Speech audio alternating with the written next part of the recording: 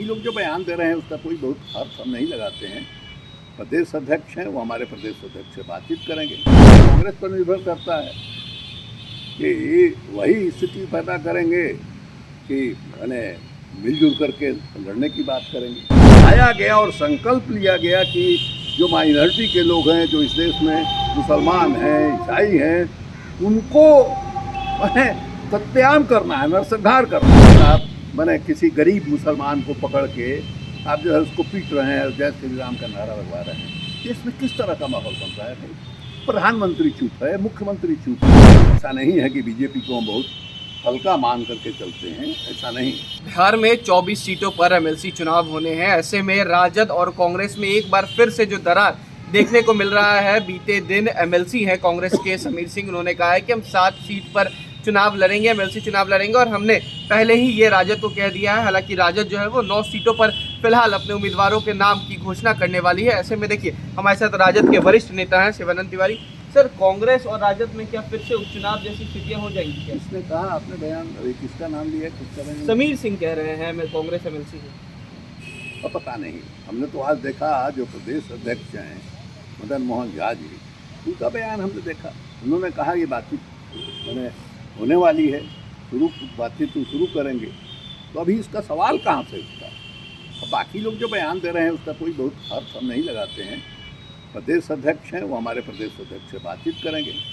बातचीत करने के बाद क्या निष्कर्ष निकलता है इसको देखने की बात है। इसलिए कौन क्या कह रहा है इसका हम कोई बहुत तवज्जो नहीं देते।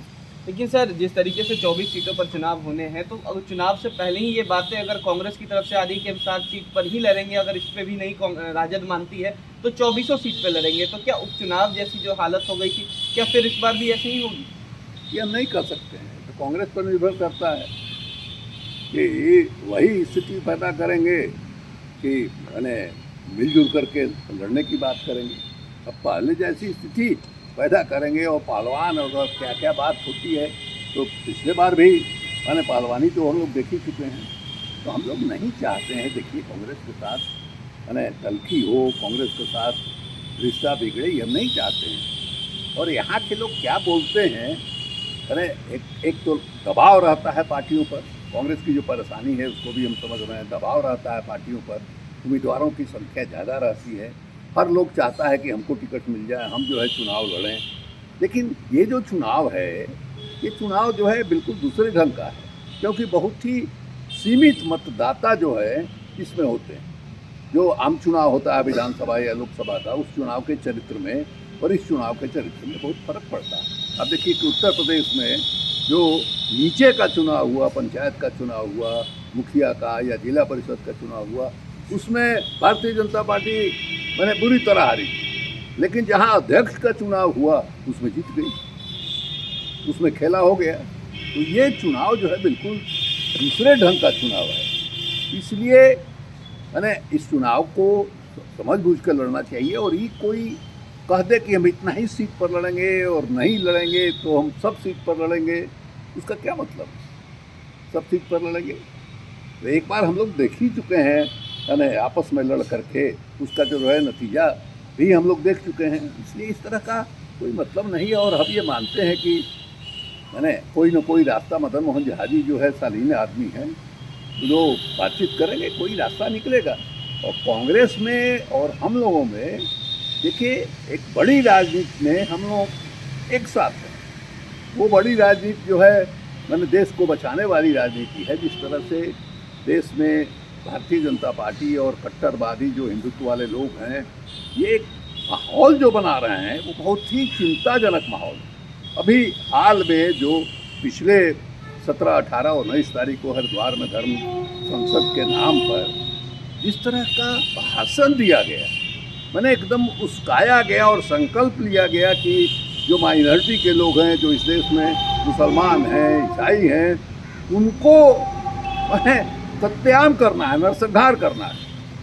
ये कहा गया वहाँ नौजवानों को कि भाई तुम मोबाइल सस्ता खरीदो, लेकिन हथियार जो है एकदम आधुनिक खरीदो। और एक जो है 100 नौजवान मिलके उनके 1 लाख को मारे। ये पागलपन वाली बात है। इस तरह की वो बात बोल रहे हैं कि जो माइनॉरिटी कम्युनिटी के लोग हैं जाके गर्दन रख देंगे उनके सामने कि लो भैया हमको मैंने हमारा काम मैंने तमाम कर दो। ये कहाँ लेके जाएगा देश को? आज जो है दिखाई देता है जगह जगह कि साहब मैंने किसी गरीब मुसलमान को पकड़ के आप जो है उसको पीट रहे हैं, जय श्री राम का नारा लगवा रहे हैं। देश में किस तरह का माहौल बन रहा है भाई? प्रधानमंत्री चुप है, मुख्यमंत्री चुप है, अंत में सुप्रीम कोर्ट को संज्ञान लेना पड़ा। देश के जाने माने लोगों ने सुप्रीम कोर्ट में अपील दाखिल किया, सुप्रीम कोर्ट ने इसका संज्ञान लिया है। वो भारत सरकार को भी और वहाँ उत्तराखंड की सरकार को भी नोटिस भेजा है। ये एक बड़ा सवाल है देश के सामने, बहुत गंभीर चुनौती है, देश को बचाने की चुनौती है। और राष्ट्रीय जनता दल या कांग्रेस पार्टी, ये लोग देश के प्रति इनके मन में चिंता है, देशभक्ति, हमारे सामने राष्ट्र को बचाने का सवाल जो है सर्वोपरि है। और ये लोग जो अपने आप को मैंने देश देश देश कर रहे हैं, भाई जो मैंने तरीका जिस रास्ते पर आप देश को लेके जा रहे हैं, ये तो देश को खंडित करने वाला रास्ता है। एक बार इस देश विभाजन को झेल चुका है। उस समय भी हिंदुत्व वाले एकता और अखंडता की बात कर रहे थे, लेकिन जो मैंने नारा दे रहे थे वो आग में घी डालने का काम कर रहा था, आग में घी डालने का काम कर रहा था। वही विचारधारा आज भी है और वही विचारधारा वही राजनीति कर रही है जो उस समय जहर उगलने का काम किया था। तो ये इसको हम और कांग्रेस दोनों इसके बारे में चिंतित थे और दोनों का स्टैंड इस मामले में ठीक है। इसलिए नगर निकाय का चुनाव या और जो छोटे मोटे चुनाव होते हैं उसमें माने उसको बहुत ज़्यादा हम महत्व नहीं देते हैं। और हमको लगता है कि कांग्रेस पार्टी के जो स्थानीय नेता हैं उनकी भी दृष्टि एक बड़ी होगी और उस बड़ी दृष्टि के अंतर्गत जो है बातचीत करके कोई न कोई रास्ता निकाल लेंगे। सर, एक आखिरी सवाल है कि आपने उत्तर प्रदेश का बात कर लिया है। पिछले 48 घंटे में 6 ऐसे विधायक हैं बीजेपी के जो उनका ही साथ छोड़ चुके हैं, इस्तीफा दे चुके हैं। तो क्या अब बीजेपी के सफाया हो सकता है उत्तर प्रदेश में?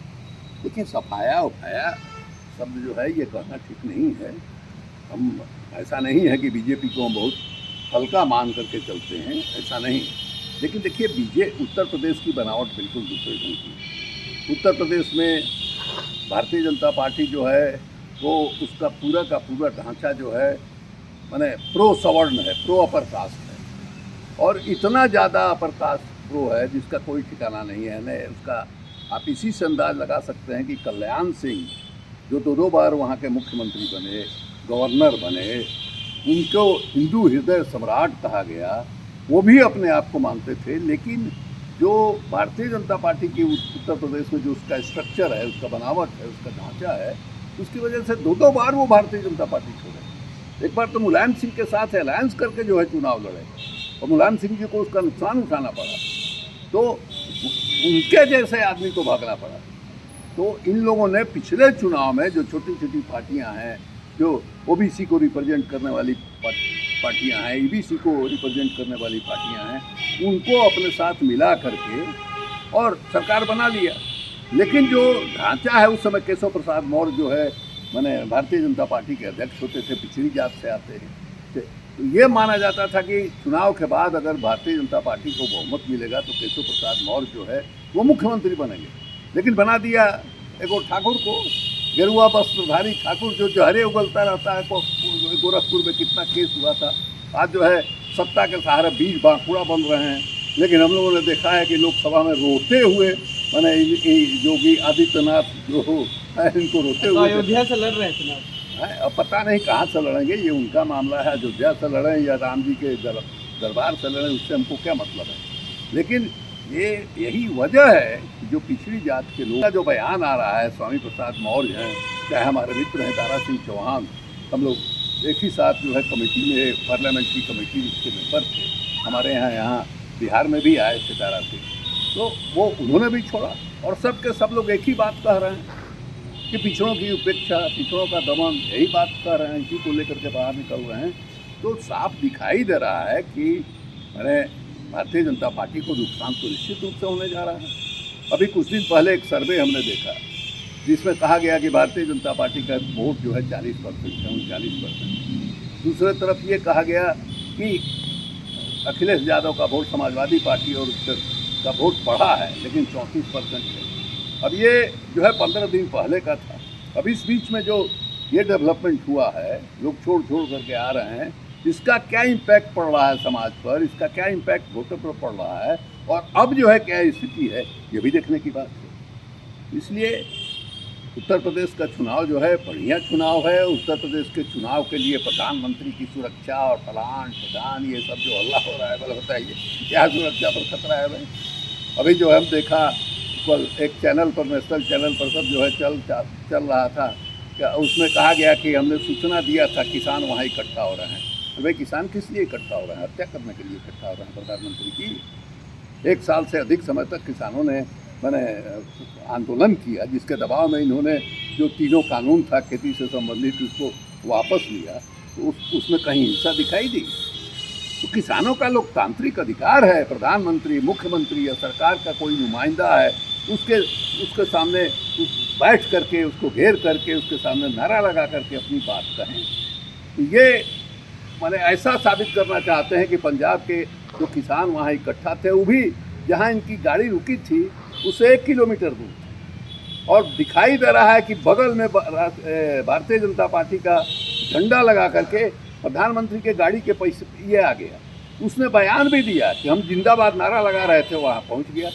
तो भाई भारतीय जनता पार्टी का झंडा लेकर के और नरेंद्र मोदी का जिंदाबाद लगाते हुए कोई हत्यारा जो है आएगा, पाकिस्तान का एजेंट आएगा, उसको आप वहाँ गाड़ी तक पहुँच दीजिएगा। एसपी जी का क्या मतलब हुआ भाई? हमारे प्रधानमंत्री की सुरक्षा पर 600 करोड़ रुपया सालाना खर्च हो रहा है। 3000 लोगों का बल है। जो एसपी जी है, स्पेशल प्रोटेक्शन ग्रुप जो है, वो उसमें 3000 लोग हैं। अत्याधुनिक हथियार से, टेक्नोलॉजी से लैस हैं, विशेष ढंग से उनकी ट्रेनिंग हुई है, और उसके बाद जो है प्रधानमंत्री की सुरक्षा पर खतरा की बात कर रहे हैं लोग। ये हंसने के अलावा क्या किया जा सकता है? देश में एक उन्माद पैदा करके चाहते हैं। रोजगार कितना दिया, इनके पास कोई जवाब नहीं है। किसानों की आमदनी कितनी बढ़ाई, इसका कोई जवाब नहीं है। मैंने जो देश नीचे की ओर अर्थव्यवस्था जो है एकदम डरमरा रही है, और सारा जो है अर्जित किया हुआ पुरखों का पुराना जो हमारी संपत्ति है उसको आप बेच रहे हैं, ये हालत कर दिया आपने। तो चूँकि कोई जवाब आपके पास नहीं है, तो लोगों का के धार्मिक भावनाओं को भड़का करके आप जो है इस तरह की बात कर रहे हैं। धर्म संसद का मामला हो या प्रधानमंत्री के सुरक्षा का मामला हो, एक ही कारण है कि आप बाकी कोई काम नहीं कर पाए, और आपके पास जनता से सकारात्मक मुद्दों पर वोट मांगने का कोई जरिया नहीं है, इसलिए सब काम कर रहे हैं। तो ये थे हमारे साथ शिवानंद तिवारी, जिन्होंने कई मुद्दों पर अपनी प्रतिक्रिया दी है। वहीं बिहार में कांग्रेस और राजद को एक साथ आने की बात कही है, और इतना ही नहीं, इन्होंने यह भी कहा है कि बिहार की जो स्थिति है उस पर कांग्रेस और राजद मिलकर विचार करेगी। फिलहाल खबर में सिर्फ इतना ही। आप हमारे साथ बने रहें और देखते रहें DTV भारत। नमस्कार।